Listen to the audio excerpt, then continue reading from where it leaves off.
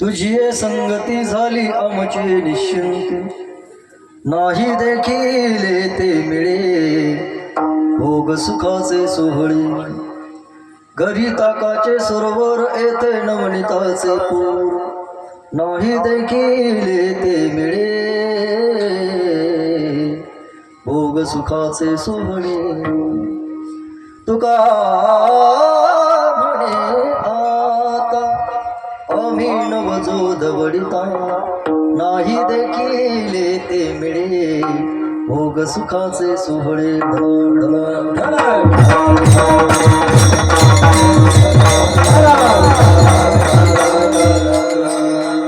अलंकारपुरी रम्य सिंहासनस्तंभदं भोज तेजस्फुरदिक् प्रदेशं, विधीन्द्रादिदेवैः सदा स्तूयमानं समाधिस्तमूर्तिं भजे तामदेवम्. महायोगपीठे तटे भीमरथ्यं वरं पुण्डरीकाय धातुं मुनीन्द्रैः, समागत्य तिष्ठन्तमानन्दकन्दं परब्रह्मलिङ्गं भजे पाण्डुरङ्गम्. सोमोपन्त तथा गुणिजनतया मामा असे बोलती, नामे शंकर शंकरा शुभकरा निसंग जो संगती. पुण्यश्लोकीचा पुण्यनगरीचा मोते खरा शोभतो, ऐशा संतवरा शुभकरा.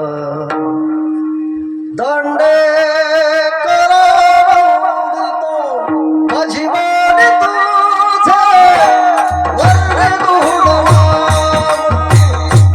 माझी वाणी तुझे वर्णे गुणवान, माझी वाणी तुझे वर्णे गुणवान, माझी वाणी तुझे वर्णे गुणवान.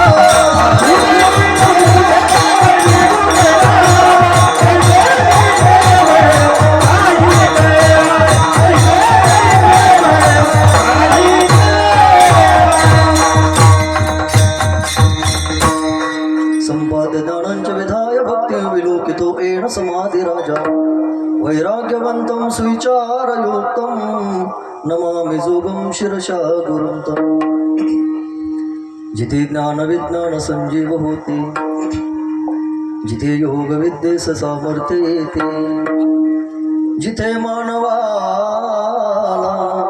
मिळे मोक्ष गाथा तुझ्या पायरीसी सदा नम्र माथा नवे फूल अश्वत्थ वृक्षास आली जिथे ज्ञान ओवे सहवेद झाले तुझ्या शब्द शब्दात सायोजनाथा तुझ्या पायरीसी सदा नम्र माथा तुझ्या मंदिरे आर्त जीवास तृप्ती तुझ्या दर्शने लोक स्वानंद घेती श्रुती धन्य झाल्या तुझे गीत गाता तुझ्या पायरीसी सदा नम्र माथा पंढरीच्या देवराया पंढरीच्या देवराया पंढरीच्या देवराया दंडवत तुझे पाया दंडवत तुझे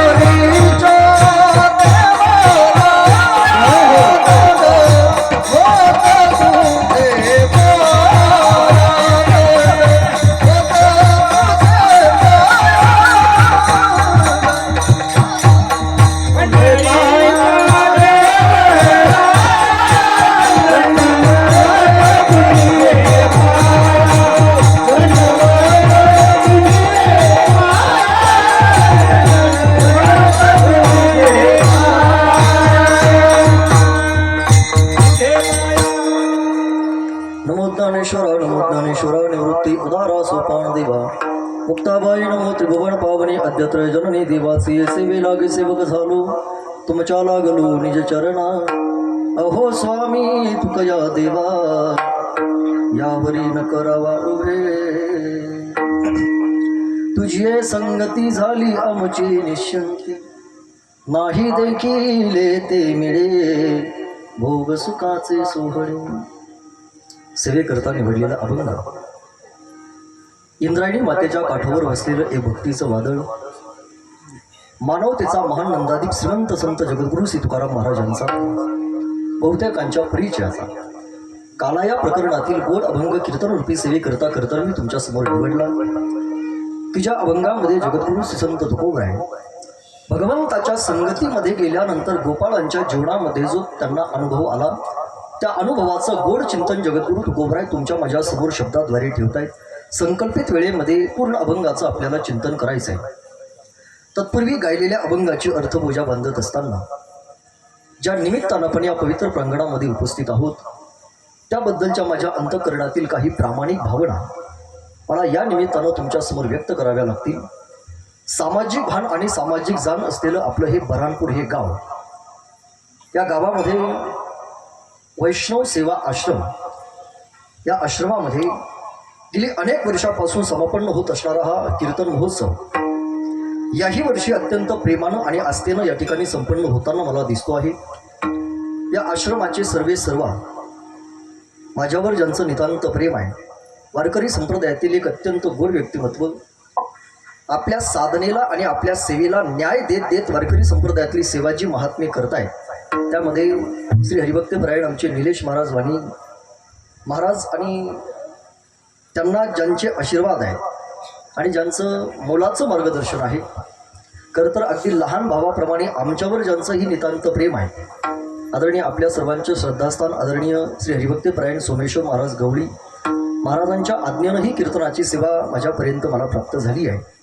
मला असं वाटतं गेली अनेक वर्षापासूनही परमार्थाची साधना आपल्याकडे चालू आहे.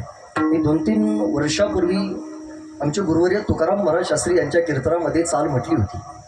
2-3 वर्षापूर्वी मी आलो होतो नामसप्ताहामध्ये. होतो ना मी 2-3 वर्षापूर्वी. 2-3 वर्षापूर्वी आलो होतो ना. होतो ना मी 2-3 वर्षापूर्वी. अहो 2-3 वर्षापूर्वी होतो म्हणून आज आहे. आज आहे म्हणून मी उद्या नाही. क्या भरोसा है इस जिंदगी का, साथ देती नहीं किसी का, तो काया नगर का सौदागर, एक दिन तो तुम्हें जाना है, तो काया नगर का. उद्याचं काय घेऊन बसले दादा. माणसाचा क्षणाचा सुद्धा भरोसा नाही. कधी भगवंताचा निरोप येईल आणि कधी चांगली चांगली माणसं सहज जगाचा निरोप घेऊन जातील सांगता येत नाही. आहे तोपर्यंत रक्ताच्या माणसावर प्रेम करायला शिका. आहे तोपर्यंत आपल्या जवळच्या माणसावर प्रेम करायला शिका. एकदा जर आपल्या जवळची माणसं निघून गेली तर जीवनामध्ये परत कधीही ती मिळत नसतात. डोंगराच्या आड गेलेला सूर्य दादा दुसऱ्या दिवशी पाहता येतो. जीवनातून गेलेली माणसं नाही मिळत. आहे तोपर्यंत मनापासून प्रेम करत राहा. अर्थात 2-3 वर्षापूर्वी आपल्या या नामसप्ताहामध्ये आलो होतो. काल्याची कीर्तनाची सेवा मला मिळाली आहे. वारकरी तत्वज्ञानामध्ये दादा अशी भूमिका सांगितल्या जाते, अधिष्ठानासमोरच वारकरी संप्रदायातलं अनुष्ठान असलं पाहिजे. नीट आहे का बरं. वारकरी तत्वज्ञानामध्ये अशी आपल्याला भूमिका सांगितल्या जाते, अधिष्ठानासमोर वारकरी संप्रदायातलं अनुष्ठान असावं, अनुष्ठानामध्ये अनुसंधान असावं, अनुसंधानामध्ये अनुराग असावा आणि तदनंतर परमार्थातला अनुभव माणसाला मिळत असतो. एका दिवसामध्ये परमार्थातला अनुभव यापूर्वी ज्यादा जगात कोणाला मिळाला नाही, यापुढे सुद्धा कोणाला मिळणार नाही. आज माळ घातली आणि उद्या परमार्थातला अनुभव आला दादा, असं जीवनात कधी घडत नाही बरं. लोकांना असं वाटतं आज माळ घातली की उद्या देवानं आपल्या घरी येऊन आऊ धरलं पाहिजे. असं कधी होत नाही. परमार्थातला अनुभव हा एका दिवसामध्ये येत नाही. परमार्थातला अनुभव घेण्याकरता अनुरागाची म्हणजे त्याच्यात प्रेमाची गरज आहे. भजन आणि साधना करत असताना मीराबाई एवढं प्रेम आपल्या त्या भजनामध्ये असलं पाहिजे. राधेसारखा गोड परमार्थ आपल्याला आपल्या जीवनामध्ये करता आला पाहिजे. त्यावेळेला परमार्थातला अनुभव मिळतो. कधीतरी राधा आणि मीरा पाहण्याचा प्रयत्न केला पाहिजे. एक राधा एक मीरा, दोनों ने शाम को चाहा, अंतर क्या दोनों की चाह में बोलो. एक प्रेम दीवानी, एक दर्स दीवानी, एक प्रेम दीवानी, एक दर्स दीवानी. मीरा ने मधुबन में ढूंढा, राधा ने मन में पाया. कधीतरी मीराबाई कधीतरी राधा पहा. भजन करत असताना मीराबाई सारखं जर भजन असेल, अनुराग असेल, अर्थात आपल्या जीवनामध्ये अनुभव मिळतो. अनुभवाकरता अनुरागाची गरज आहे, अनुरागाकरता अनुसंधानाची गरज आहे, अनुसंधानाकरता अनुष्ठानाची गरज आहे. जे अनुष्ठान गेली 3-4 दिवसापासून आपल्याकडे चालू आहे आणि कुठल्याही वारकरी संप्रदायातल्या अनुष्ठानाकरिता एखाद्या दिव्य अधिष्ठानाची गरज आहे. असे आपल्याकडे वारकरी संप्रदायात प्रमाण सुद्धा आहे. अनुहात वाजती टाळ, अनुहात वाजती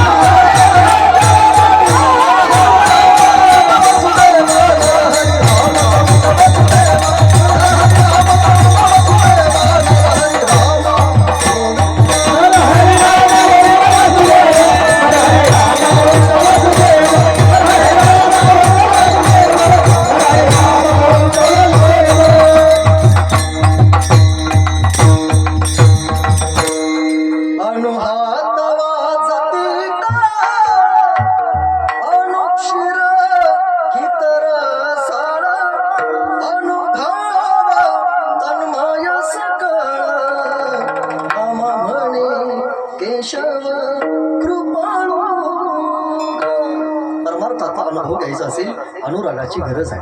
अनुरागा करता अनुसंधानाची सुद्धा गरज आहे. अनुसंधानाकरता अनुष्ठानाची आणि अनुष्ठानाकरता एखाद्या दिव्य अधिष्ठानाची गरज आहे. पंढरीश पांडुरंग परमात्म्याचं अर्थात अधिष्ठान आपल्या जीवनामध्ये प्राप्त आहे. या अधिष्ठानासमोर चाललेलं हे आपलं अनुष्ठान असंच आपल्या जीवनामध्ये पिढ्यानपिढ्या चालू राहावं याकरता भगवंताने तुम्हा सगळ्या बऱ्हाणपूर गावकऱ्यांना उदंड आयुष्य आरोग्य प्रदान करावं ही शुभकामना भगवंताच्या चरणावर व्यक्त करतो.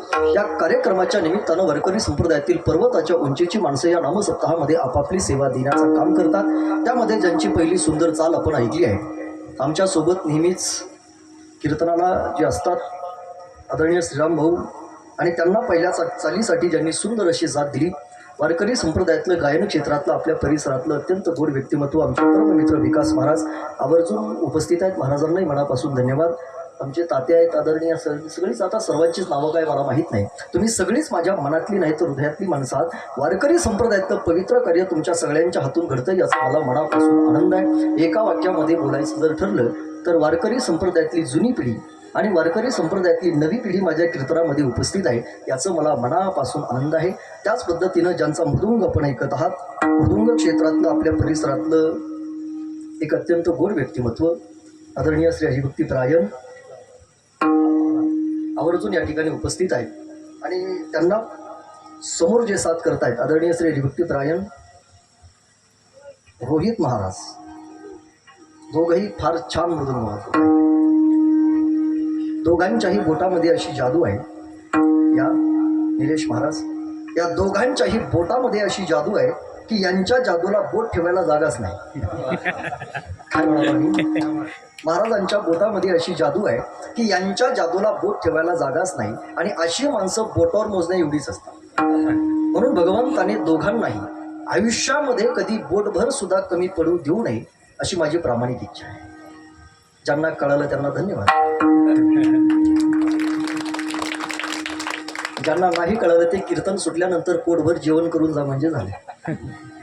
अरे वारकरी संप्रदायाला समर्थन देणारी सगळी माणसं आहेत. ही उभी राहिलेली माणसं तुम्हाला डोळ्यानं जरी सहज दिसत असली ना तरी आपापल्या साधनेला न्याय देत देत वारकरी संप्रदायातली सेवा करणारी माणसं आहेत. म्हणून या सर्व मंडळीवर आपल्याला मनापासून प्रेम करता आलं पाहिजे. एक वाक्य मी कीर्तनात आजचं अर्थात आवर्जून सांगेन. वारकरी संप्रदायातला गायक असू द्या, वारकरी संप्रदायातला वादक असू द्या, वारकरी संप्रदायातली विनेकरी असू द्या, दादा यांच्यावर आपल्याला मनापासून प्रेम करता आलं पाहिजे. एखाद्या वेळेला तुम्ही आमच्यासारख्या कीर्तनकारांवर नाही प्रेम केलं तरी चालेल. जो कीर्तनकार 2 तास गावामध्ये येऊन गावातले 20-25 हजार रुपये घेऊन जातो अशा आम्हा कीर्तनकारांवर तुम्ही नाही प्रेम केलं तरी चालेल. परंतु जो गायक, जो वादक आपल्या परिसरातलं भजन सांभाळण्याचा प्रयत्न करतो, 7-7 दिवस सेवा देतो, 5-5 दिवस सेवा देतो, अशा वारकऱ्यांवर आपल्याला मनापासून प्रेम करता आलं पाहिजे. त्याचं कारण पैशानं दादा आमच्यासारखे हजारो कीर्तनकार तुम्हाला मिळतील. वारकरी मिळवणं आजच्या काळामध्ये फार कठीण गोष्ट आहे. म्हणून मिळालेले वारकरी सांभाळा, मिळालेल्या वारकऱ्यांना प्रेम द्या, मिळालेले वारकरी जपा. आमच्या पाकिटामध्ये आम्हाला 2-2 हजार रुपये कमी द्यायचा, म्हणजे इथलं सोडून बोलतो. आमच्या पाकिटात आम्हाला 2-2 हजार रुपये कमी द्यायचा. परंतु आपल्या परिसरात कुठे नामसप्ताह चालू असेल, गायकांना वादकांना जरा त्यांना जास्त द्यायचा. ते म्हणजे तिकडल्या सप्त्यापासून जरा म्हणजे आजच पासून करताना सगळे मिळूनच 2 असतील, मला ते नाही. एवढी गुन्हेगार मंडळी या ठिकाणी उपस्थित आहे, ज्यांची सुंदर अशी साऊंड सिस्टीम आहे. त्यांनाही मनापासून धन्यवाद देतो. आमच्यावर नितांत ज्यांचं प्रेम आहे आदरणीय वाणीसरी या ठिकाणी उपस्थित आहेत, त्यांचे चुलते, त्यांचे वडील, अर्थात सर्वच बऱ्हाणपूर ग्रामस्थ मंडळी, सर्व मंडळीच्या चरणावर अगदी विनम्र भावाने अभिवादन करतो आणि अभंगाच्या पदापदाचं चिंतन करण्यासाठी आता आम्ही प्रवृत्त होतो.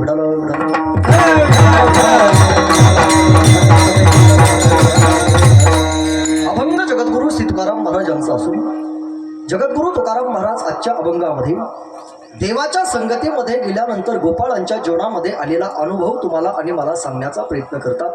आज काल्याचा दिवस आहे, थोडंसं लक्ष प्रामाणिकपणे माझ्याकडे द्या. वारकरी संप्रदायाचा विचार करत असताना वारकरी संप्रदायातला दादा उत्सव कुठलाही असू द्या, तो 1 दिवसाचा असो, तो 2 दिवसाचा असो, तो 5 दिवसाचा असो, 8 दिवसाचा असो किंवा चातुर्मासाचा असो, त्या उत्सवाची सांगता आपल्याला काल्याच्या कीर्तनानं करावी लागते.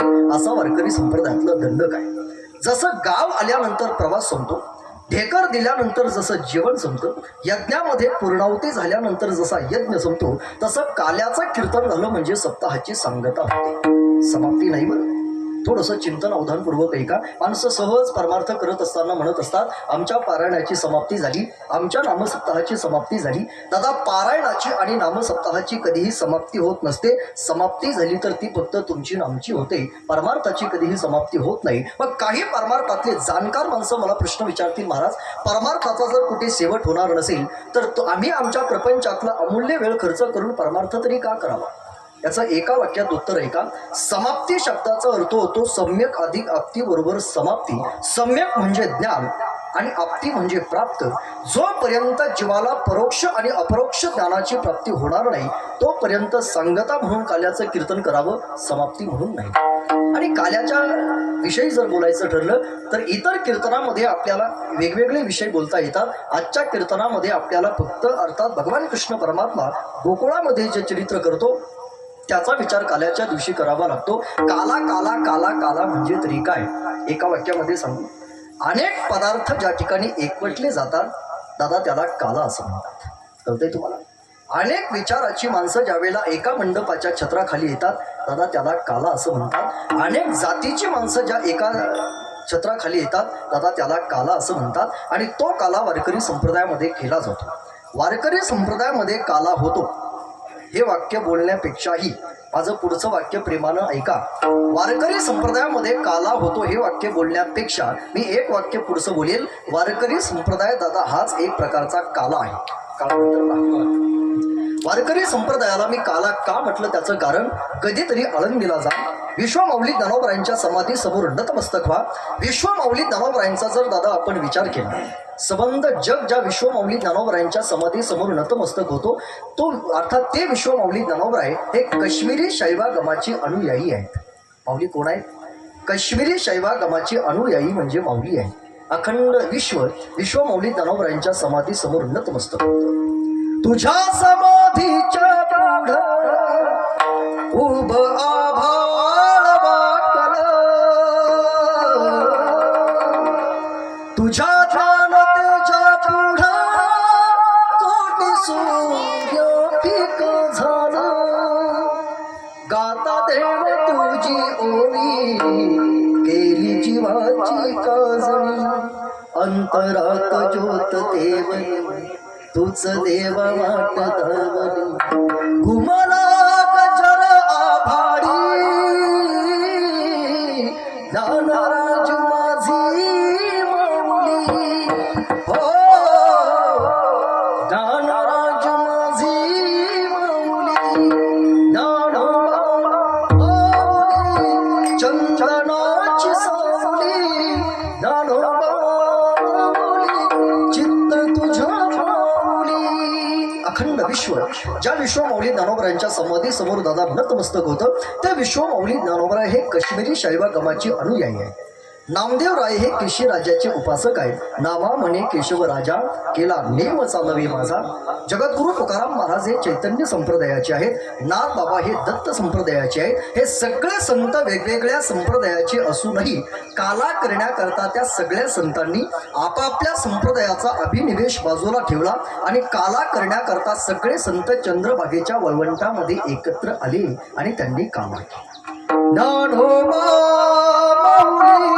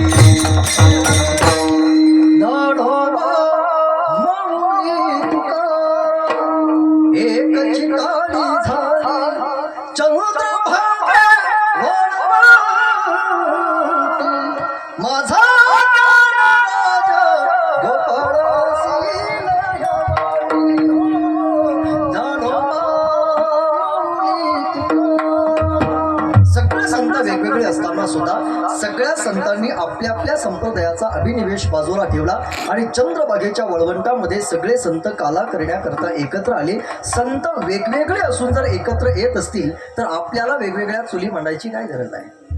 सगळे संत वेगवेगळे आहेत. काला करण्याकरता सगळे संत चंद्रभागेच्या वळवंटामध्ये एकत्र आले. काल्याची परंपरा तशी यमुनेची आहे, परंतु काला वारकरी संप्रदायाने केला चंद्रभागेच्या वळवंटामध्ये. एकदा काला आपल्या जीवनामध्ये मिळाला की दादा आपल्या जीवनाला प्रसन्नता मिळते. काला म्हणजे आपल्या जीवनामध्ये प्रसन्नता आहे. काला आपल्या जीवनामध्ये आनंद देतो. काला आपल्या जीवनामध्ये प्रसन्नता देते. एकदा जर काला मिळाला तर गीता वाचा. गीता आपल्याला सांगते काय होतं? प्रसादे सर्व दुःखाना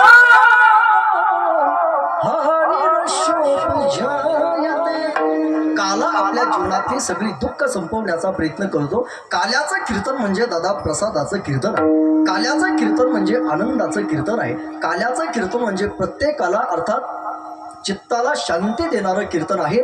काल्याच्या दिवशी दादा प्रत्येकाला आनंद होतो. ऐकता तुम्ही कीर्तन? काल्याच्या दिवशी लहान मुलं आनंदित असतात. काल्याच्या दिवशी म्हातारा माणूस सुद्धा आनंदित असतो.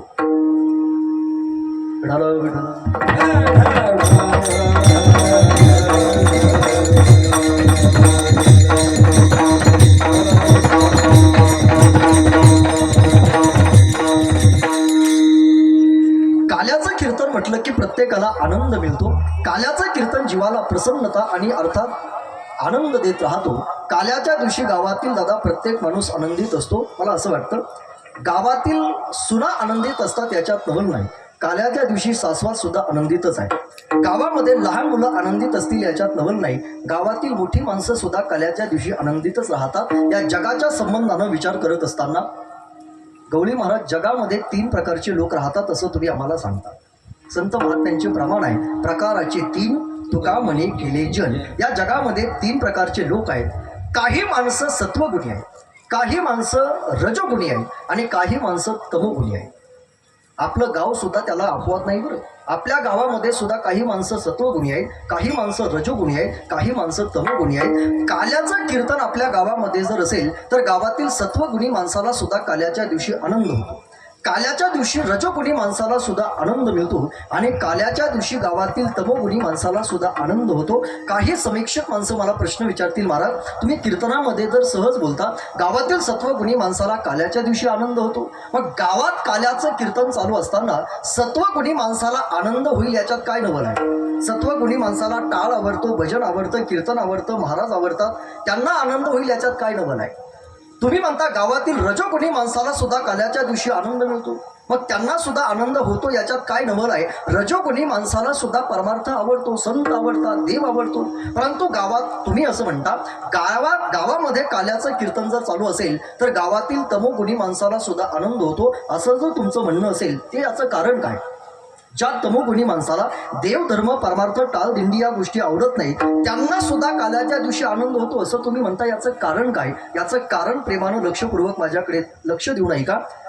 काल्याच्या दिवशी गावातील सत्वगुणी माणसाला आनंद होतो त्याचं कारण सत्वगुणी माणसाला माहीत आहे आज भगवान कृष्ण परमात्मा स्वतःच्या हातानं आपल्याला प्रसाद देण्याकरता येणार आहे, म्हणून गावातील सगळी सत्वगुणी माणसं आज आनंदित आहेत. गावातील रजोगुणी माणसाला सुद्धा आनंद आज होतो त्याचं कारण रजोगुणी माणसाला माहीत आहे आज काल्याच्या कीर्तनामध्ये भगवान कृष्ण परमात्म्याचं चरित्र आपल्याला प्रेमानं ऐकायला मिळणार आहे, म्हणून गावातील रजोगुणी माणसं सुद्धा आनंदितच आहे आणि गावातील तमोगुणी माणसाला सुद्धा आज आनंद होतो. ज्यांना परमार्थ आवडत नाही अशा तमोगुणी माणसाला सुद्धा आज आनंद होतो त्याचं कारण गावातील सगळ्या तमोगुणी माणसाला माहीत आहे 5 दिवस चाललेली कटकट आज एकदाची बंद होणार आहे, म्हणून त्या माणसाला सुद्धा आज आनंद आहे. काल्याचं कीर्तन प्रत्येकाला आनंद देणारं कीर्तन आहे. एकदा काला मिळाला की माणसाला प्रसन्नता मिळते, काला मिळाला की माणसाला आनंद मिळतो आणि असा जीवनामध्ये कोण माणूस आहे की त्याला आपल्या जीवनामध्ये आनंद नको आहे? मी असं म्हणेल सामान्य जीवापासून देवापर्यंत, मुंगीपासून हत्तीपर्यंत, पामरापासून सिद्धांपर्यंत, मुक्तापासून मुमुक्षूंपर्यंत, अनाथापासून सनाथापर्यंत, जीवदशेपासून शिवदशेपर्यंत किंबहुना काश्मीरच्या नंदनवनापासून मलयागिरीच्या चंदनवनापर्यंत एकूण एक जीवाची इच्छा आपल्या जीवनामध्ये आनंद मिळावा हीच आहे. आनंद या जीवनाचा परी दळवळावा पागातला सूर जैसा ओठात मी ओघळावा आनंद या जीवनाचा सुगंधा परी प्रत्येकाला वाटतं आपल्या जीवनामध्ये आपल्याला आनंद मिळावा. आनंद मिळवण्याकरता प्रत्येक जण धडपड करत राहतो. म्हणून आनंद मिळावा असं जर वाटत असेल तर काल्याच्या कीर्तनामध्ये या. काल्याचं कीर्तन आपल्याला आनंद देतं. परंतु काला मिळाल्यानंतर आनंद जरी होत असला तरी वाक्य नीट ऐका, काला असा सहजासहजी मिळत नाही बरं. काला मिळवण्याकरता 5 गोष्टी कराव्या लागतात. काला मिळवण्याकरता सगळ्यात अगोदर पुरुषार्थ करावा लागतो, त्याच्यानंतर प्रयत्न करावा लागतो, त्याच्यानंतर प्रार्थना करावी लागते, प्रतीक्षा करावी लागते आणि तदनंतर माणसाला काला मिळतो. प्रसाद काल्याचा प्रसाद मिळतो. मी 5 गोष्टी तुम्हाला पणे चालू होणाऱ्या सांगितल्या. काला मिळावा असं जर वाटत असेल, सगळ्यात अगोदर प्रत्येकाला पुरुषार्थ करावा लागेल. पुरुषार्थ पुरुषार्थ पुरुषार्थ म्हणजे तरी काय? एक वाक्य सांगू.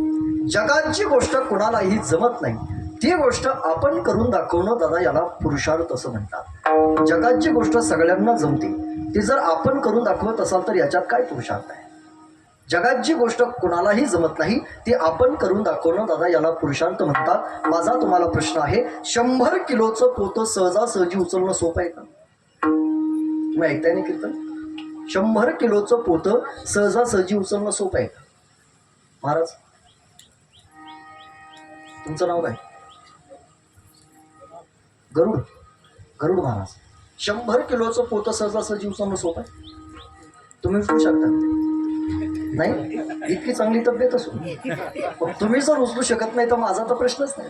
100 किलोचं पोतं सहजासहजी उचलणं सोपं नाही. परंतु एखाद्या माणसानं जर 100 किलोचं पोतं सहज उचललं तर दादा तो त्याच्या जीवनातला काय ठरतो? पुरुषार्थ ठरतो. जगाची गोष्ट कुणालाही जमत नाही, ती गोष्ट आपण करून दाखवणं याला पुरुषार्थ म्हणतात. आम्ही असं ऐकलंय, जोग महाराजांना 12-12 तास ध्यान लागायचं.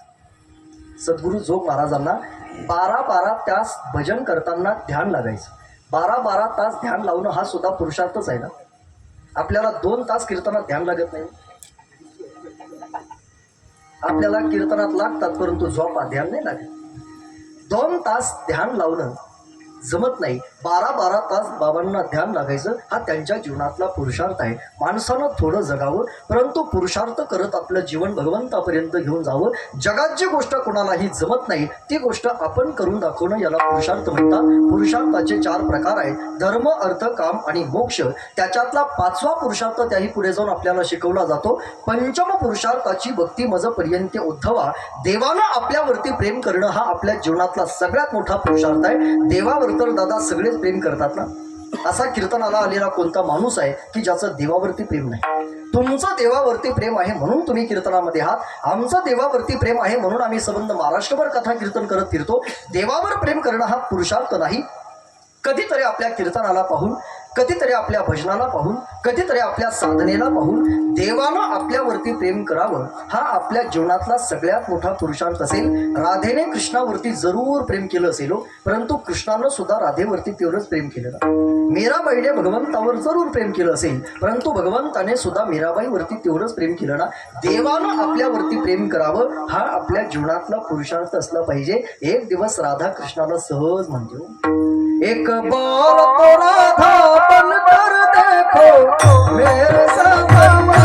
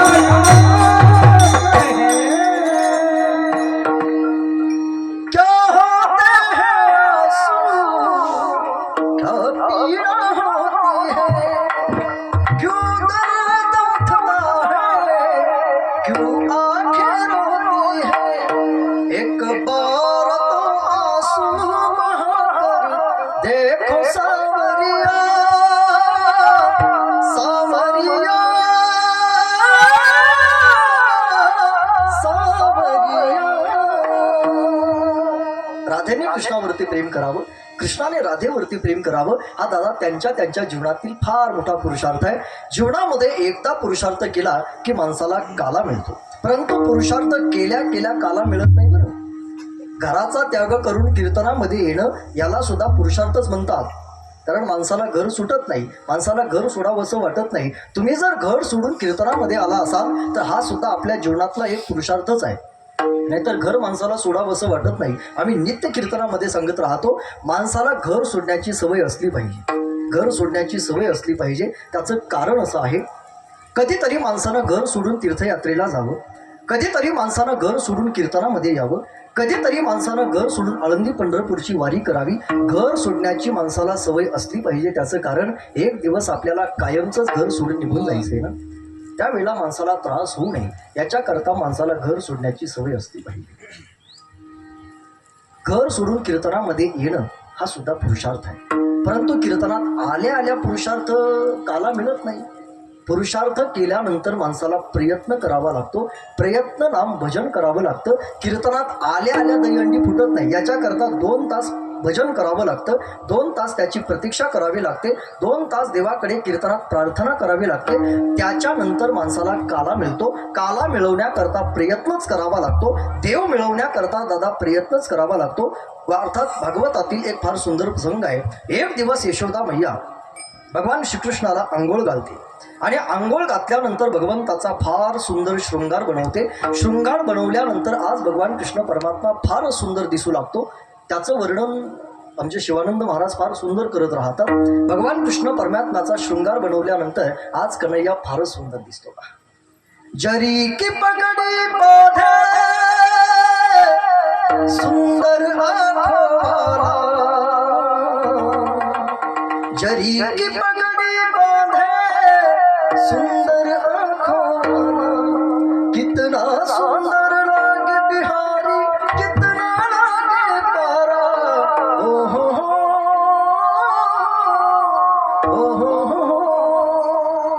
फार सुंदर कन्हैया दिसू लागला. परंतु आंघोळ घातल्यापासून शृंगार केल्यानंतर सुद्धा कन्हैया सकाळपासून जी रडायला लागला तो थांबायला तयारच नाही. रडते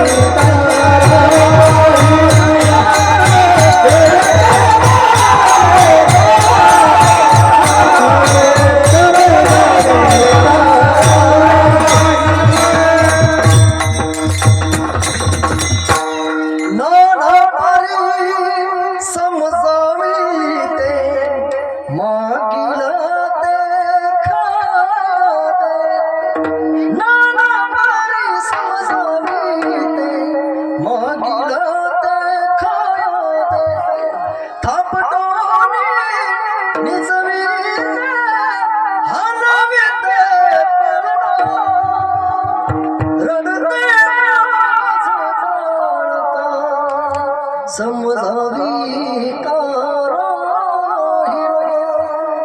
सकाळपासून रडणारा कृष्ण नाना प्रकारे थांबवण्याचा प्रयत्न करून सुद्धा थांबायला तयार नाही. तेवढ्यामध्ये कृष्णाला भेटण्याकरता राधा येते आणि राधेला ज्यावेळेला भगवान कृष्ण परमात्मा पाहतो त्यावेळेला सकाळपासून रडणारा कृष्ण राधेला पाहिल्या पाहिल्या हसायला लागतो. यशोदा मैया म्हणते, राधे, सकाळपासून जो कन्हैया रडत होता, नाना प्रयत्न करून सुद्धा तो थांबायला तयार नव्हता, तुला पाहिल्या पाहिल्या जर कन्हैया हसायला लागला असेल ना, एक काम कर, या कन्हैयाला गोकुळामध्ये थोडंसं खेळायला घेऊन जा, तुला पाहिल्यानंतर त्याला आनंद होतो. राधेनं ज्यावेळेला भगवान कृष्ण परमात्म्याला जवळ घेतलं आणि गोकुळामध्ये खेळायला आली, त्यावेळेला मात्र गोकुळातील सगळ्या गवळणी राधेकडे आल्या आणि राधेला प्रश्न विचारू लागल्या, काय ग राधे, आम्ही असं ऐकलंय यशोदा मैयानं सकाळी कन्हैयाला स्नान घातलं, त्याचा शृंगार केला, शृंगार केल्यापासून आंघोळ घातल्यापासून कन्हैया रडत होता, आम्ही असं ऐकलंय तुला पाहिल्या पाहिल्या तर भगवान परमात्मा हसायला लागला. त्यावेळेला गोकुळातील गवळणीने त्या राधेला प्रश्न विचारला, काय ग राधे, तुला पाहिल्या पाहिल्या भगवान कृष्ण परमात्मा हसतो, याच्याकरता तू नेमकं काय केलं जीवनामध्ये?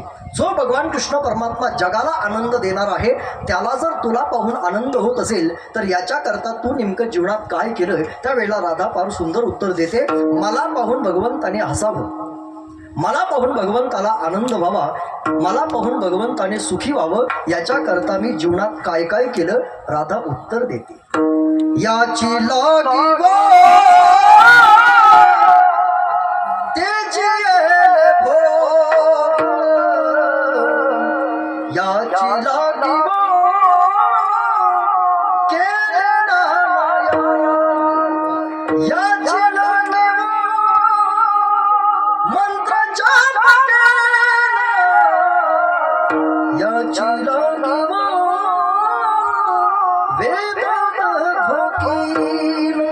मला पाहून भगवंताला आनंद व्हावा याच्याकरता मी वेदांत घोकला, मला पाहून भगवंताला आनंद व्हावा याच्याकरता मी नाना यत्न केले, मला पाहून भगवंताने सुखी व्हावं, आनंदित व्हावं, हसावं, याच्याकरता मी माझ्या जीवनामध्ये भोगाचा त्याग केला आणि भगवंताच्या जवळ गेले. मला असं वाटतं भगवान कृष्ण परमात्मा राधेला पाहून आनंदित होतात, गोकुळातील गोपाळांना पाहून आनंदित होतात आणि राधा सुद्धा भगवंताला पाहून आनंदित होते, गोकुळातील गोपाळ सुद्धा भगवंताचं स्वरूप पाहिल्या पाहिल्या आनंदित होतात. दादा मला असं वाटतं गोपाळ म्हणतायत किंवा राधा म्हणते, जोपर्यंत आम्ही प्रपंचाच्या संगतीमध्ये आहोत तोपर्यंत प्रपंच आम्हाला दुःखाशिवाय दुसरं काही देत नाही, परंतु ज्या वेळेला आम्ही प्रपंचाचा त्याग केला, भगवंताच्या जवळ आलो, आम्हाला आनंद होईल याच्यात नवल नाही, भगवंताच्या संगतीमध्ये गेल्या गेल्या आम्ही प्रपंचाचा त्याग करून भगवंताच्या संगतीमध्ये गेलो, भगवंताच्या संगतीमध्ये गेल्यानंतर आम्हाला आनंद होईल याच्यात नवल नाही, आम्ही त्याच्या संगतीमध्ये गेल्यानंतर त्याला सुद्धा आनंद होतो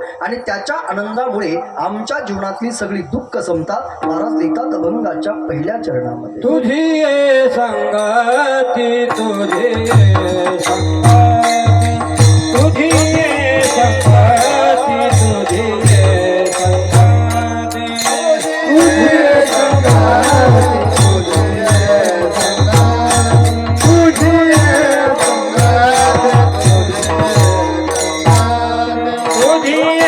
संगती तुझी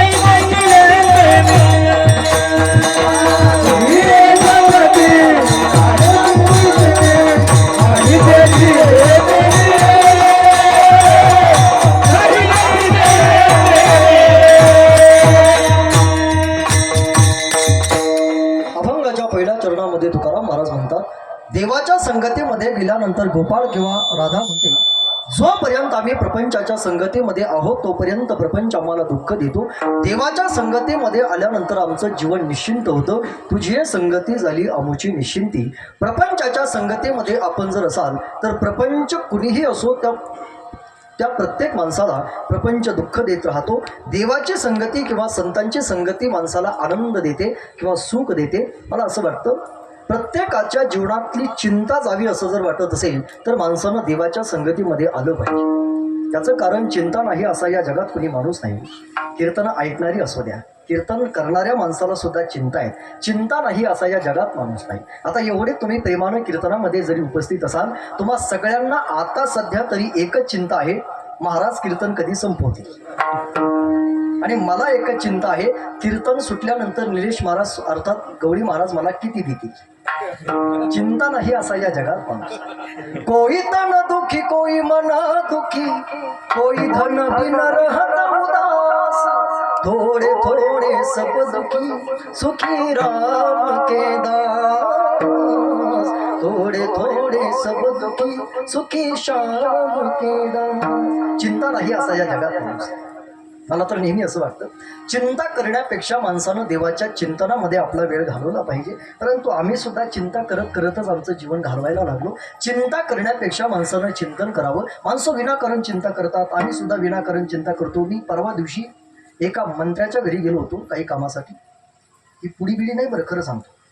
मी परवा दिवशी एका मंत्र्याच्या घरी गेलो आणि मंत्र्याच्या घरी गेल्यानंतर मंत्र्याचा जो पीए होता तो घरामध्ये असा चक्रा मारत होता, फिरत होता. तो माझ्या परिचयाचा असल्यामुळे मी त्या पीएला विचारलं, काय हो तुम्ही खूप टेन्शनमध्ये दिसता, काय झालं. तो पीए म्हटला, महाराज आमच्या साहेबांची तब्येत बरी नाही. कुणाची कुणाची साहेबाची.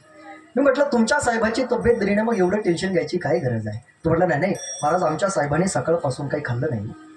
मी म्हटलं अख्खा महाराष्ट्र खाल्ला ना, जे खाल्लं ते तरी त्यांना पसू दे, वेगळं टेन्शन घ्यायची तुला गरज काय. कधीतरी ज्ञानेश्वरी उघड, माऊली तुला सांगतील पुढील अंची ओझे आपुल्या माता घ्यायचे कशा करता. लोकांचं टेन्शन आपल्या डोक्यावर घेऊन जीवन जगण्यापेक्षा गाथा उघड. तुकोबाई तुला सांगतील आपुली आपण करा सोडवण. स्वतःची सोडवण स्वतःला करावी लागते. जग आपल्या दुःखातून आपल्याला सोडवत नाही. स्वतःचं दुःख दादा स्वतःला संपवावं लागतं आणि ते तुम्हाला चांगल्या काळात संपवावं लागतं. ज्या दिवशी काळ बदला घेतो जगात दादा कुणी सोडवणारं नसतो, तो महाराज असो किंवा कुणी असो. मी चांगले चांगले संत आणि चांगले चांगले महाराज असे पाहिले ज्यांनी काळाचा आणि समाजाचा दुरुपयोग केला. संत असूनही आजही ते जेलमध्येच आहेत. त्याचं कारण फक्त काळाचा बदला आहे.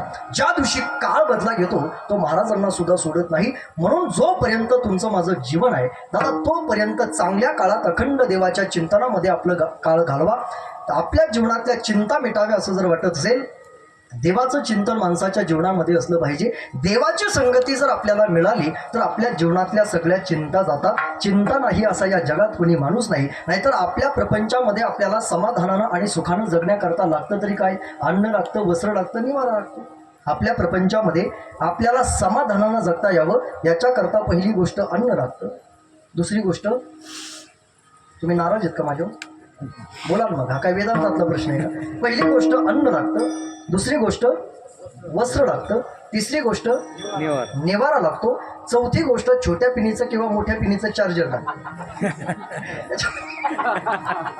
त्याच्या पलीकडे काय लागतं. परंतु या सगळ्या गोष्टी असून सुद्धा माणसं दुःखी आहेत. त्याचं कारण फक्त चिंता. अरे पूर्वीच्या काळामध्ये लोकांना राहायला घरं नसायची, घालायला कपडे नसायची, जगायला अन्न नसायचं, तरी सुद्धा माणसं समाधानी होती. आज प्रपंचामध्ये माणसं दुःखी आहेत. त्याचं कारण फक्त चिंता. पूर्वीच्या काळामध्ये लोकांना खायला भेटत नव्हतं म्हणून माणसं सहज मरत होती. 350 वर्षापूर्वी तुकाराम महाराजांची पहिली पत्नी अन्न करिता मरण पावली. त्या काळामध्ये लोकांना खायलाच भेटत नव्हतं म्हणून माणसं मरत होते. आज काय अन्न कमी आहे. हेच गाव आहे ना बाबा तुमचं, आव्हान आहे ह्या गावचं कोण आहे, सरपंच आहे. वाणी साहेबांनाच प्रश्न विचार. आता तुम्ही आमच्या जवळचे आहात. तुमचं वय किती, 56. तुमच्या या 56 वर्षाच्या आयुष्यात तुमच्या या बऱ्हाणपूर गावातला एखादा माणूस खायला न भेटला म्हणून मरण पावला असं तुम्ही ऐकले कधी. खाऊन खाऊन बरेच मेले असतील. परंतु खायला भेटत नाही म्हणून माणसं मरत नाही. त्याचं कारण आज या जगामध्ये अन्न कमी नाही, आज या जगामध्ये वस्त्र सुद्धा कमी नाही. जुनी जुनी माणसं माझ्या कीर्तनामध्ये बसलेली आहेत. विचारा त्यांना, पूर्वीच्या काळामध्ये वस्त्र सुद्धा फार कमी असायचे. 3 भावामध्ये एखादा शर्ट असायचा. आज एका माणसाला 40 50 ड्रेस आहेत, तरी सुद्धा माणसं दुःखी आहेत. त्याचं कारण फक्त चिंता. पूर्वीच्या काळामध्ये लोकांना राहायला घरं नसायची.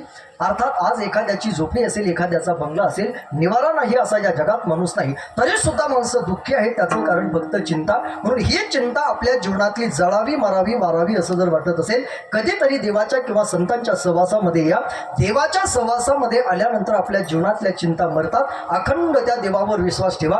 आपल्या जीवनात कोणतंही संकट असू द्या, निवारण करणारा फक्त तो देव आहे. फक्त आपला त्याच्यावर विश्वास असला पाहिजे. देवावर जर विश्वास असेल, संकट किती मोठी असू द्या, त्या संकटाला सोडवणारा फक्त तो देव आहे. देवाचं अखंड चिंतन माणसानं करत राहावं. का देवाचं भजन करावं? वाक्य नीट ऐका. खाणं आपल्या हातात आहे, पचवणं ज्याच्या हातात आहे, दादा त्याला देव असं म्हणतात, म्हणून त्याचं भजन केलं पाहिजे. गाडी घेणं आपल्या हातात आहे, त्याच गाडीवरती बसून घरापर्यंत पोहोचतं करणं ज्याच्या हातात आहे, त्याला देव असं म्हणतात, म्हणून त्याचं भजन केलं पाहिजे. पिकवणं आपल्या हातात आहे, पिकवलेलं खाऊ द्यायचं नाही ज्याच्या हातात आहे, त्याला देव असं म्हणतात, म्हणून त्याचं नाव घेतलं पाहिजे. पडीक पडलेली जमीन सुपीक बनवायची की नाही, हे फक्त आणि फक्त दादा त्या देवाच्याच हातात आहे. हिरव्या दानाचं दान दिलं त्यानं, वसडाचं रण झालं जी. मातीच्या पोटात आसमानाचं बळ, माऊलीची लाज राखाजी. या मिळत्या दिव्याला तू साखर घाल, या तळमळत्या जीवाला दे जाणीव होऊन, या धगधगत्या निखाऱ्याला मायेची ओढ, या रगरगत्या भुईला दे घामाचं मोल. केली निंदनी पेरणी उधळून चिंदकानी, कुणब्याचं सार रान आबादान हसू दे. वाट दिसू दे ग देवा, वाट दिसू दे, वाट दिसू दे माझा राजा, दिसू दे, वाट दिसू दे. वाट दिसू दे देवा, वाट दिसू दे, वाट दिसू दे देवा, वाट दिसू दे.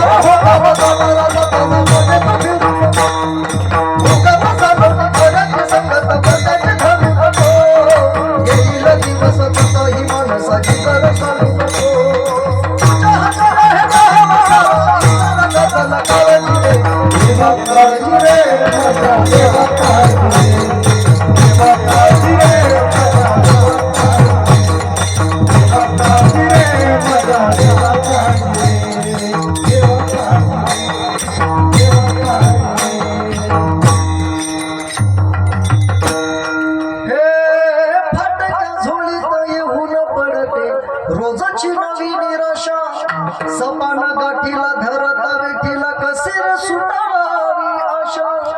अवसेची रात नशिबाला, पुन्हा माझी गाठ पदराला.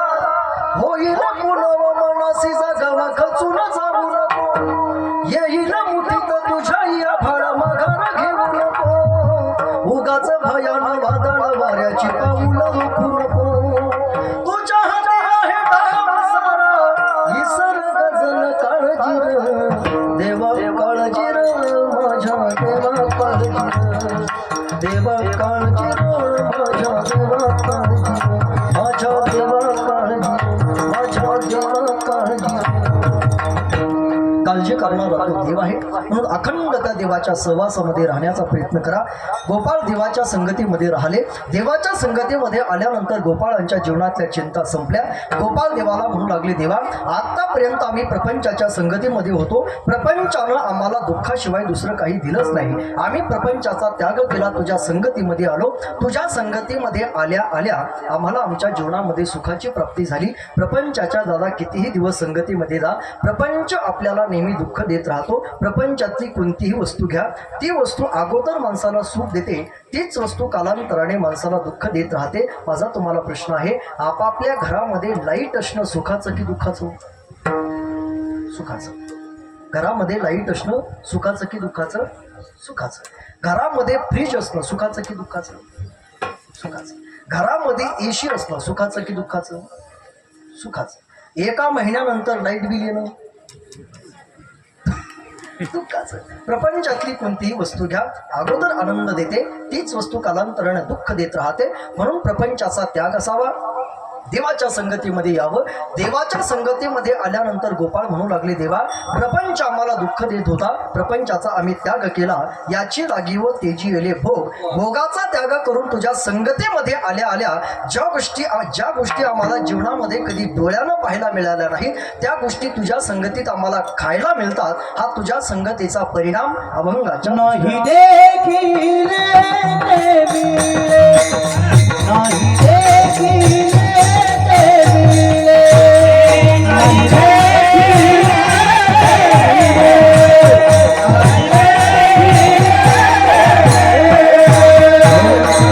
सुखाचे सोहळे, भोग सुखाचे सोहळे, नाही देखील ते मिळे, नाही देखील ते मिळे,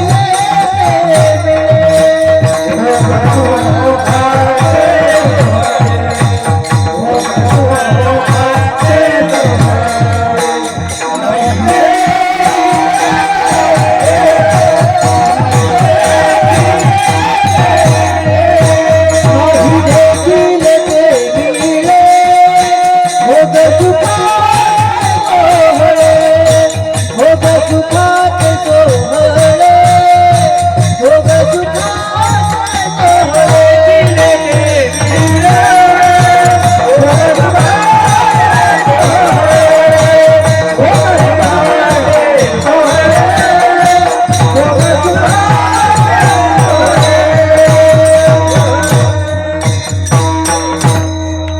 नाही देखील येथे मिळे भोग सुखाचे सोहळे. जगद्गुरु तुकाराम महाराज म्हणतात, देवाच्या संगतीमध्ये आल्यानंतर गोपाळांना ज्या गोष्टी आयुष्यात त्यांनी कधी पाहिल्या नाही त्या खायला मिळाल्या. गोपाळ देवाला म्हणू लागले, देवा अरे आम्ही ज्या वेळेला प्रपंचामध्ये होतो ना, आमच्या घरी होतं तरी काय? घरी ताकाचे सरोवर, येथे नवनीताचे पूर. घरी आमच्या ताकाशिवाय दुसरं काही नव्हतं. तुझ्या संगतीमध्ये नवनीत जर मिळत असेल तर आता तू आम्हाला लुटून जरी दूर लावलं. गोपाळ म्हणू लागले, देवा आता तू आम्हाला लुटून जरी दूर लावलं तरी आम्ही तुझी संगत कधीही सोडणार नाही. अभंगाच्या शेवटच्या चरणी तू का म्हणे आता, तू का म्हणे आता, तू का म्हणे आता, तू का म्हणे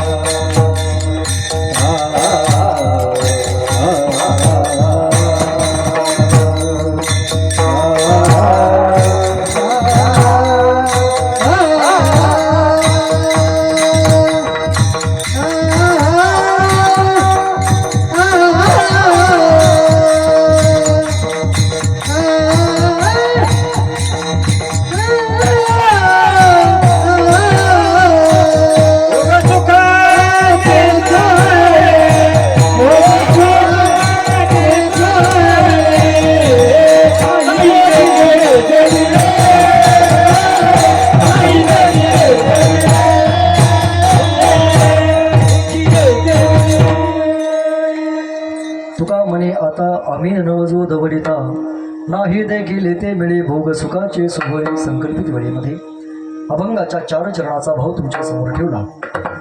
उरलेल्या 5 ते 10 मिनिटांमध्ये महाराजांनी मला 12 वाजता थांबण्याची आज्ञा केली आहे. एकदा वारकरी संप्रदायाच्या नियमाप्रमाणे मोठ्या प्रेमानं मिळून देवाचं भजन करा. तदनंतर 5 ते 10 मिनिटांमध्ये भगवान कृष्ण परमात्मा गोकुळामध्ये जे चरित्र करतो त्या चरित्राचा विचार करून आपल्याला संकल्पित वेळेमध्ये थांबायचे. तत्पूर्वी एकदा मोठ्या प्रेमानं सर्वांनी भजन करायचं.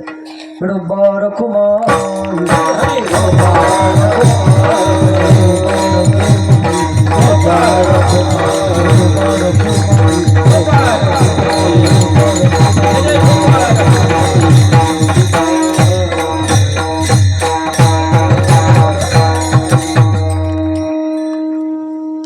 भगवान कृष्ण परमात्मा गोकुळामध्ये जे चरित्र करतो त्याचा 10 मिनिटांमध्ये विचार करून आपल्याला थांबायचे. भगवंताच्या चरित्राला दादा जन्मापासून सुरुवात होते. 8वा येणार आहे, तो मला मारणार आहे म्हणून कंस 1 2 3 4 5 6 बालकं मारून टाकतो. 7वा योग माया घेऊन जाते. 8वा येण्याची तयारी होते. भगवान नारायण कृष्ण रूपाने 8 वर्षाची मूर्ती धारण करून वसुदेव आणि देवकीच्या समोर उभा राहतो. त्यावेळेला वसुदेव आणि देवकी कन्हैयाची विनंती करता, देवा आम्ही तर आमच्या जीवनामध्ये तुला बालक म्हणून यायला सांगितलं होतं, हातामध्ये शंखचक्र गदा घेऊन आलास, याचं कारण काय?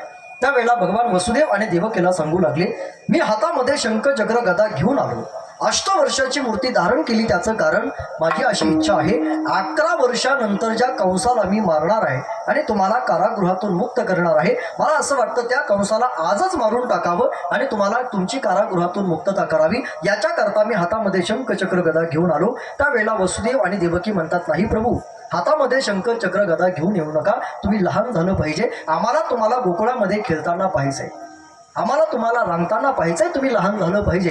त्यावेळेला देव म्हणू लागले, मी 8 वर्षाची मूर्ती धारण करून आलो त्याचं कारण कंसापासून तुमची रक्षा व्हावी म्हणून, आणि आता जर तुम्ही मला लहान व्हायला सांगत असाल तर मी तर तुमची रक्षा करू शकणार नाही, परंतु कंसाने मला मारू नये याच्याकरता त्याच्यापासून माझी रक्षा तुम्हाला करावी लागेल, आणि कंसापासून माझी रक्षा व्हावी याच्याकरिता नंदाच्या घराला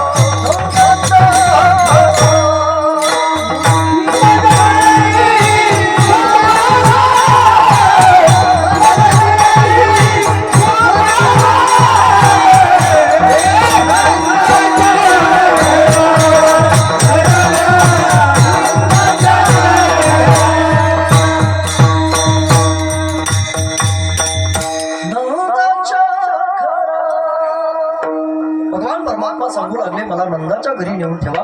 वसुदेवजी भगवंताला डोक्यावर घेतात. प्रसंग सर्वांना माहीत आहे, फक्त स्पर्श करून मी पुढे जाईल. यमुना नदीला पार करून भगवंताला गोकुळामध्ये ठेवल्या जातं. गोकुळामध्ये जन्माला आलेली जी माया आहे, वसुदेवजी त्या मायेला आपल्या डोक्यावर घेतात, मथुरेमध्ये येतात. वाक्य लक्षपूर्वक ऐका, जोपर्यंत मथुरेमध्ये देव होता तोपर्यंत मथुरा ही अत्यंत शांत होती, परंतु मथुरेमधून ज्यावेळेला देव गेला आणि मथुरेमध्ये योग माया आली, त्यावेळेला मात्र योग माया मथुरेत आकांत करू रडे माया करी रडे माया करी नामा म्हणे उठिले दूत रडे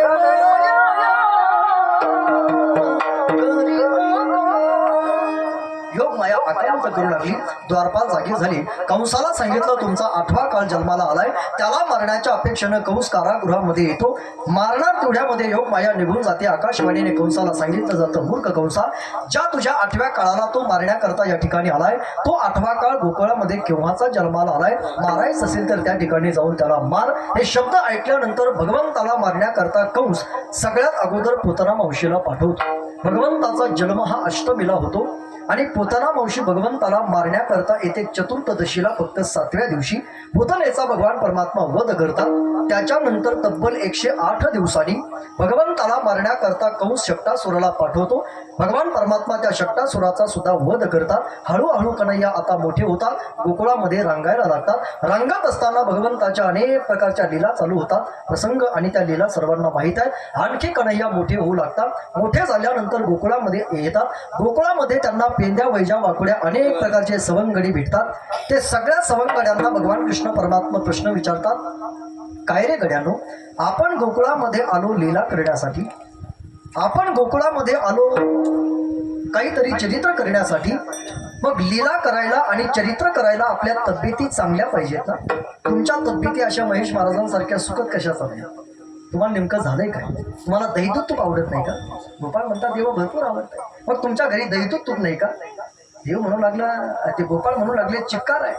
मग गोपाळांना देव म्हणू लागला, तुमच्या घरी जर दहीदूध तूप आहे आणि तुम्हाला जर ते चिक्कार आवडतं तर तुमच्या तब्येती का सुधरत नाहीत? त्यावेळेला सगळे गोपाळ म्हणू लागले, देवा आमच्या घरी जरी दहीदूध तूप असलं ना तरी ते सध्या गुंतलेलं आहे, त्याला निघूस्तोवर वेळ लागणार आहे. आमच्या घरी फक्त आता ताक शिल्लक राहिलंय, फक्त तुम्हाला थोडासा वेळ घ्यावा लागेल, तुम्हाला ताकही मिळेल, दही मिळेल. फक्त आपल्याला देव म्हणू लागला, अरे तुमच्या तब्येती जर सुधरत नसतील तर आपण गोकुळामध्ये नेमकं काय केलं पाहिजे? त्यावेळेला गोपाळ देवाला म्हणू लागले, देवा आमची आई आम्हाला विनंती करून सुद्धा दहीदूध तूप देत नाही, गोकुळातील गवळणी सुद्धा आम्हाला दहीदूध तूप देत नाही, नेमकं काय केलं पाहिजे? गोपाळ म्हणू लागले, तुमच्या आई जर तुम्हाला विनंती करून दहीदूध तूप देत नसेल तर आपल्याला गोकुळामध्ये चोऱ्या कराव्या लागतील. चोरी हा शब्द ज्यावेळेला गोपाळांच्या कानावर पडला त्यावेळेला ज्यांच्या कपाळाला गंध होता, ज्यांच्या गळ्यामध्ये पवित्र तुळशीच्या माळी होत्या, ते सगळे गोपाळ म्हणू लागले, देवा चोरी, अरे चोरी आमच्या खानदानात कधी कुणी केली नाही रे, चोरी करणं देवा पाप आहे आणि तू आम्हाला चोरी करायला सांगतोस? त्यावेळेला भगवंताने गोपाळांना जी नीती सांगितली ना ती लक्षपूर्वक ऐका. गोपाळ म्हणू लागले, देव म्हणू लागला गोपाळांनो, चोरी करणं पाप आहे, परंतु चोरी सोन्याची करणं पाप आहे, लोण्याची नाही. चोरी करणं पाप आहे, परंतु चोरी दुसऱ्याच्या घरी जाऊन करणं पाप आहे, स्वतःच्या घरी नाही. आणि चोरी केल्यानंतर कुठलाही गुन्हा 18 वर्षाच्या नंतर सिद्ध होत असतो. आपण वयानं अजून 18 वर्षाचे झालेले नाही, आपण सगळे वयानं 12च्या आतले असल्यामुळे, म्हणजे वयानं आपण सगळे 12च्या आतले असल्यामुळे आपल्यावर कुठल्याही प्रकारचा गुन्हा दाखल होणार नाही, आपल्याला चोऱ्या कराव्या लागतील. तदनंतर गोकुळामध्ये भगवंताने गोपाळांच्या समवेत चोऱ्या करायला सुरुवात केली. गोकुळातील गवळणीच्या अर्थात अनेक प्रकारच्या लीला करायला सुरुवात केली.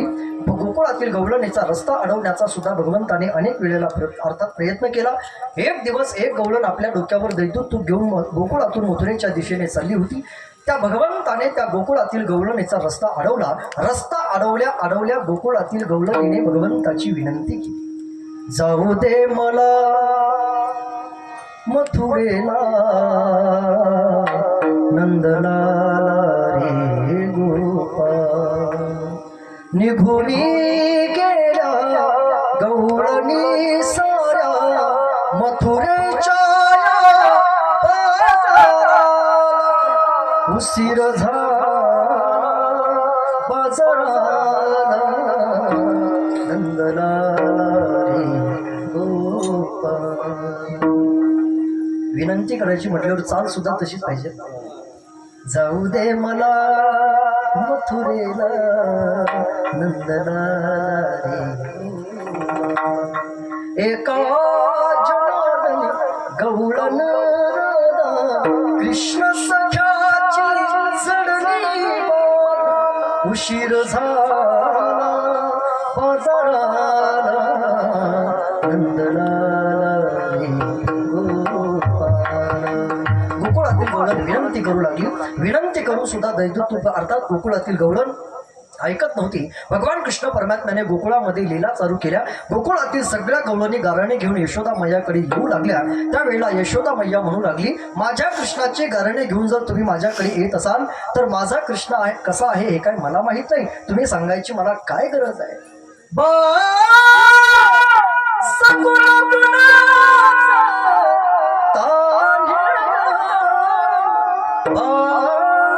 दिसते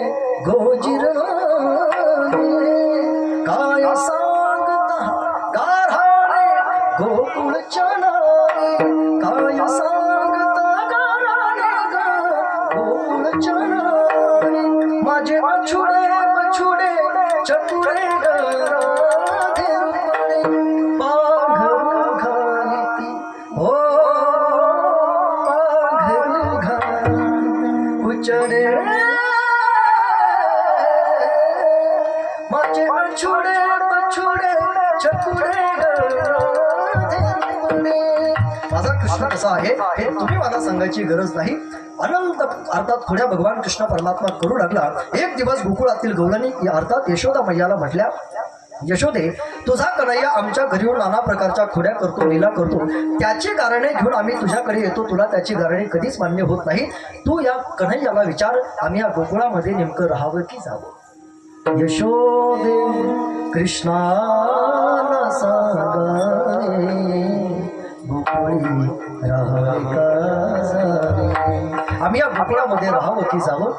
त्यावेळेला यशोदा मैयाने कन्हैयाचा हात पकडला आणि यशोदा मैया कन्हैयाला म्हणू लागली, लाला आतापर्यंत या गोकुळातील गवळणी तुझी गारणे घेऊन माझ्याकडे येत होत्या.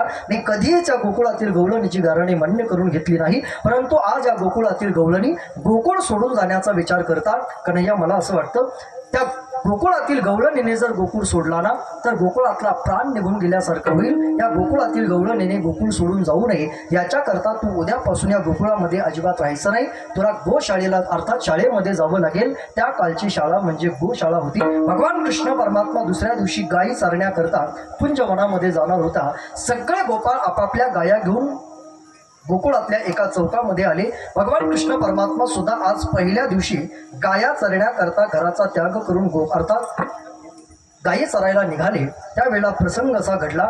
भगवान कृष्ण परमात्मा पहिल्या दिवशी ज्या वेळेला निघाले त्यावेळेला यशोदा मैयाच्या डोळ्यामध्ये पाणी आलं आणि कन्हैयाच्या डोळ्यामध्ये सुद्धा पाणी आलं. त्याचं कारण आपला मुलगा ज्या दिवशी पहिल्यांदा शाळेमध्ये जातो, लक्षपूर्वक आहे का, पहिल्यांदा ज्यावेळेला आपला मुलगा शाळेमध्ये जातो त्यावेळेला त्या मुलाची आईही रडत असते आणि तो मुलगाही रडत असतो.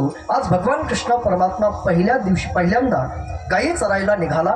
यशोदा मैयाच्या डोळ्यामध्ये पाणी आलं, कन्हैयाच्या डोळ्यामध्ये पाणी आलं आणि यशोदेचं अंतःकरण कासावी झाल्यानंतर यशोदा मैया म्हणू लागली, कासावी प्राण जीव तळमळी, कासावीस प्राण जीव तळमळी, ऐसी ती जननी सौख्यवाही, गालावरून हात फिरवून आई पोटास धरिते, आईचे मन गहीवरते, कन्हैया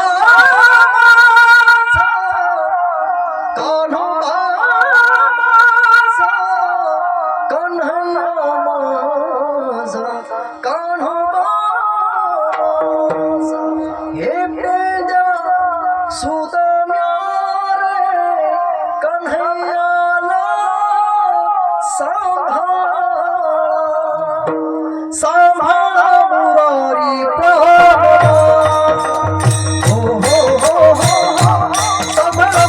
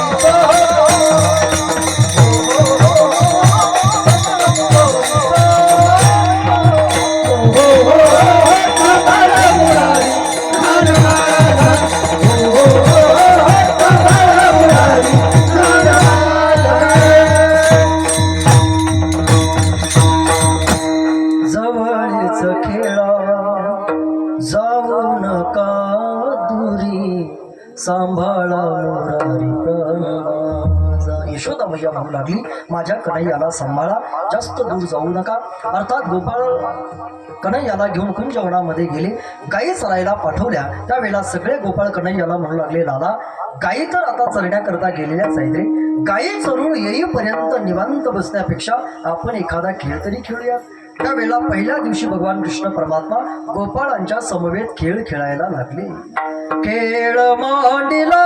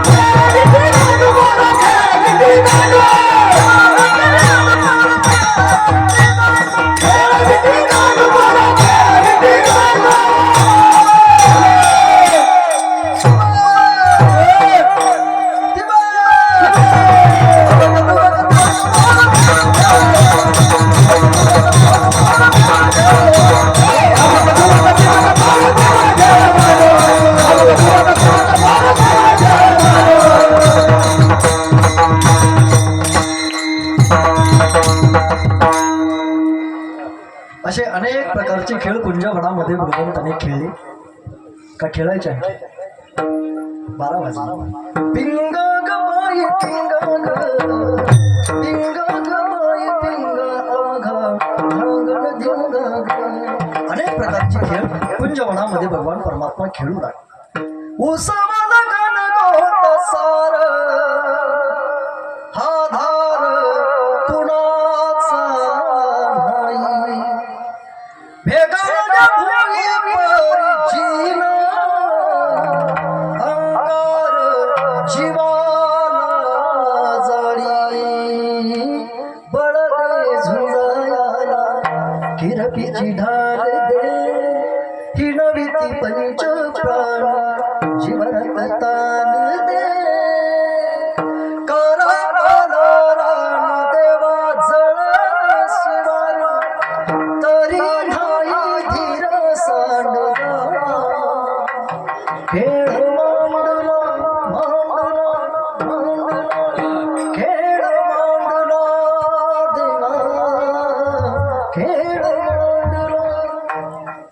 तुझ्या पायरीसी कुणी सन तोरण नाही, सन सुन्या काळजाची तुझ्या ठाणी जाई, तरी देवा सरण ह्यो भोग कशाशाई, हरवली वाट दिशा धारल्या धाई, ववाळी उधळतो जीव माया, वन माह्योरी पेटला.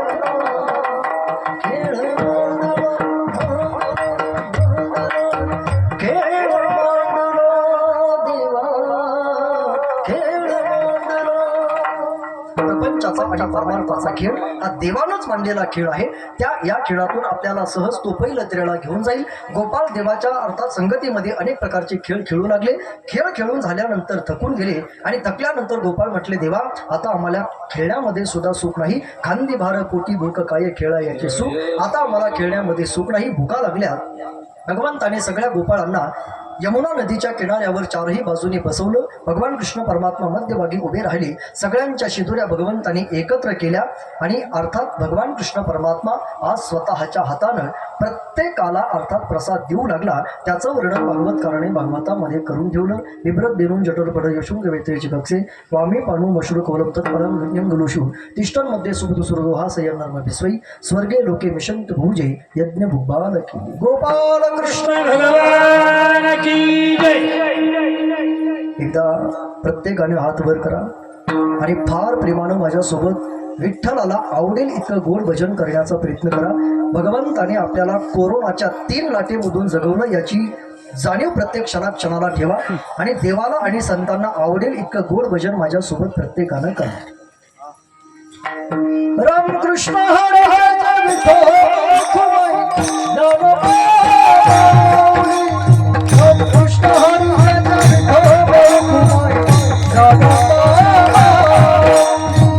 कृष्ण हरी जय विठोबा रखुमाई ज्ञानोबा. कृष्ण हरी जय विठोबा रखुमाई ज्ञानोबा.